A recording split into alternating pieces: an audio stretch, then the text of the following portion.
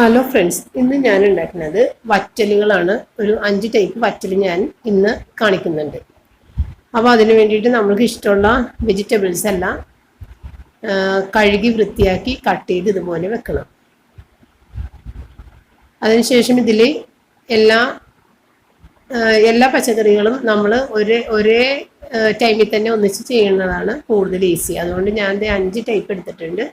1/2 kilo വെച്ച് മാത്രമാണ് ഞാൻ എടുത്തേക്കുന്നത്. നിങ്ങൾക്ക് കൂടുതൽ സ്റ്റോർ ചെയ്യണമെന്നുണ്ടെങ്കിൽ 1 കിലോ 2 കിലോ ഒക്കെ എടുക്കാം, എന്നാലേ കുറച്ച് ഉണ്ടാവുള്ളൂ. ഇതിപ്പോൾ പെട്ടെന്ന് തന്നെ തീരും, അത്രയ്ക്ക് ഉള്ളു 1/2 കിലോ വെച്ചെടുത്തിട്ട്. ഇതിൽ ഉപ്പും മഞ്ഞളുമാണ് ഇതിലാകെ പുരട്ടാനായിട്ട് നമ്മൾ എടുക്കുന്നത്.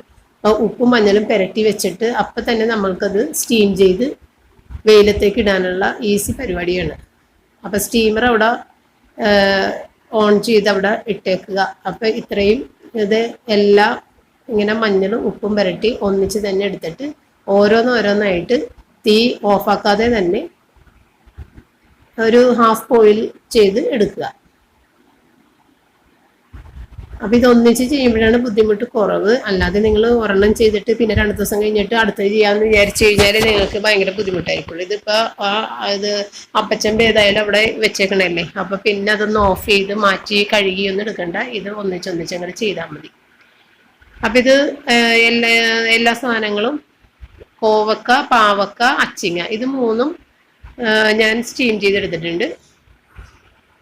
പിന്നെ എടുത്തേക്കുന്നത് വെണ്ടക്കയാണ്. വെണ്ടക്ക നമ്മൾ സ്റ്റീം ചെയ്യേണ്ട ആവശ്യമില്ല, അത് നേരിട്ട് വെയിലത്തേക്കിട്ട് ഉണക്കി ചെയ്യണത്. അപ്പം വെണ്ടക്ക ഇത് ഭയങ്കരമായിട്ട് ഒട്ടിപ്പിടിക്കും അല്ലെങ്കിൽ സ്റ്റീം ചെയ്ത് കഴിഞ്ഞാൽ. അപ്പം ഇത്രയേ ഉള്ളൂ. അപ്പം ഈ 4 സാധനങ്ങൾ ഞാൻ വെയിലത്തേക്ക് ആക്കി. പിന്നെ ഞാൻ ഉണ്ടാക്കിയത് പൊട്ടറ്റോ ചിപ്സാണ്. അപ്പം ഈ പൊട്ടറ്റോ നമ്മൾ ഈ ആലം ഒരു ചെറിയ പീസ് ഇട്ട് വെള്ളത്തിൽ രാത്രി ഇങ്ങനെ അരിഞ്ഞിട്ടിട്ട് വെച്ച് അങ്ങനെയാണ് ചെയ്യണത്. അപ്പൊ ഈ ആല ഇടുന്നത് പൊട്ടറ്റോന്റെ കളർ മാറിപ്പോവാതിരിക്കാനാണ്. അപ്പൊ പൊട്ടറ്റോയിൽ ഒരു ചെറിയ പീസ് ഇടാൻ പാടുള്ളൂ. ആ ആലം ഇട്ടതിന് ശേഷം പൊട്ടറ്റോ വളരെ നൈസായിട്ട് വട്ടത്തിൽ അരിഞ്ഞിട്ട് ഇതിനകത്ത് ഇട്ട് വെക്കുക. രാവിലെ നീറ്റായിട്ട് കഴുകിയെടുത്തിട്ട് വീണ്ടും നമ്മൾ ഒരു പാത്രത്തിൽ വെള്ളം വെച്ച് തിളപ്പിച്ചിട്ട് അതിനകത്തേക്ക് ആലം ഒരു ചെറിയ പീസും ആവശ്യത്തിനുള്ള ഉപ്പും ഇടുക.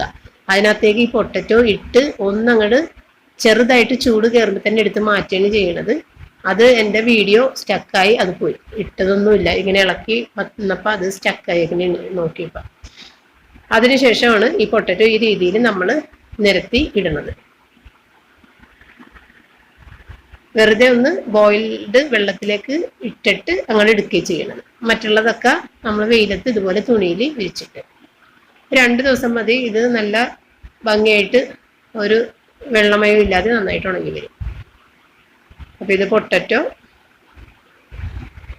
പാവക്ക ഏറ്റവും കുറവാണ്. എല്ലാം 1/2 കിലോ എടുത്തേക്കുന്നത്, പക്ഷേ പാവക്ക ഏറ്റവും കുറവാണ്. ഇത് അച്ചിങ്ങ. നമ്മൾക്ക് കുട്ടികൾക്കൊക്കെ ലഞ്ചൊക്കെ കൊടുത്തു വിടൂലേ, ഈ മഴക്കാലത്തൊക്കെ പിള്ളേർക്ക് കറികളൊക്കെ ഒന്നും ഇല്ലാതെ വരും. ചിലപ്പോൾ ഇത് മീൻ ഉണ്ടാവില്ല. അങ്ങനെയൊക്കെ ആണെങ്കിൽ പിള്ളേർ ഇത് കൂട്ടിയിട്ട് കഴിക്കും, പിള്ളേർക്ക് ഇഷ്ടപ്പെടും. ഞങ്ങൾക്ക് ഇഷ്ടപ്പെട്ടത് ഈ കോവക്കയും പൊട്ടറ്റോയാണ് ഏറ്റവും കൂടുതൽ ഇഷ്ടപ്പെട്ടത്. സൂപ്പറായിട്ട് തോന്നി. അപ്പൊ ഈ സാധനങ്ങൾ ഇനി ഞാനൊന്ന് ഫ്രൈ ചെയ്തും കൂടി കാണിക്കാം. ഇത് ഫ്രൈ ചെയ്യുമ്പോൾ ശ്രദ്ധിക്കണം, കാരണം ഇത് നമ്മൾ വേവിച്ചിട്ടാണ് ഉണക്കിയെടുത്തേക്കണത്. അതുകൊണ്ട് തന്നെ ഇത് എണ്ണ കണ്ടാൽ മതി, അപ്പം തന്നെ ഇത് ഫ്രൈ ആയി വരും. കൂടുതൽ നേരം ഇട്ടാൽ കരിഞ്ഞു പോകും. ഇട്ടതാ അപ്പം തന്നെ എടുക്കുക, അത്രയേ ഉള്ളൂ. അപ്പം നമുക്കൊരു ചെറിയ കറിയൊക്കെ മാത്രമേ ഉള്ളതെങ്കിൽ അതിന് സൈഡായിട്ട് ഈ ഒരു സാധനം കൂടി ഉപയോഗിക്കാം. കുട്ടികൾക്ക് മെയിനായിട്ട് ഇത് സ്കൂളിലൊക്കെ കൊടുത്തുവിടാൻ നല്ലതാണെന്നാണ് എനിക്ക് തോന്നുന്നത്.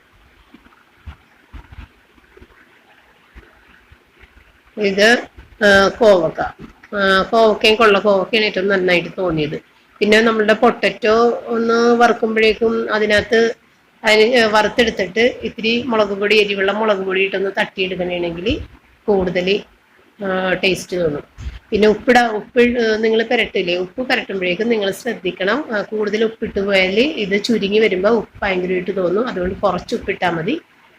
കുറച്ച് ഉപ്പിട്ട് എടുത്തു കഴിഞ്ഞാൽ ഉണങ്ങി വരുമ്പോൾ കറക്റ്റായിട്ട് കിട്ടും. കാരണം ഇത് ചുരുങ്ങി വരുമ്പോഴേക്കും അല്ലെങ്കിൽ കട്ടുപ്പ് പോലെയൊക്കെ തോന്നും.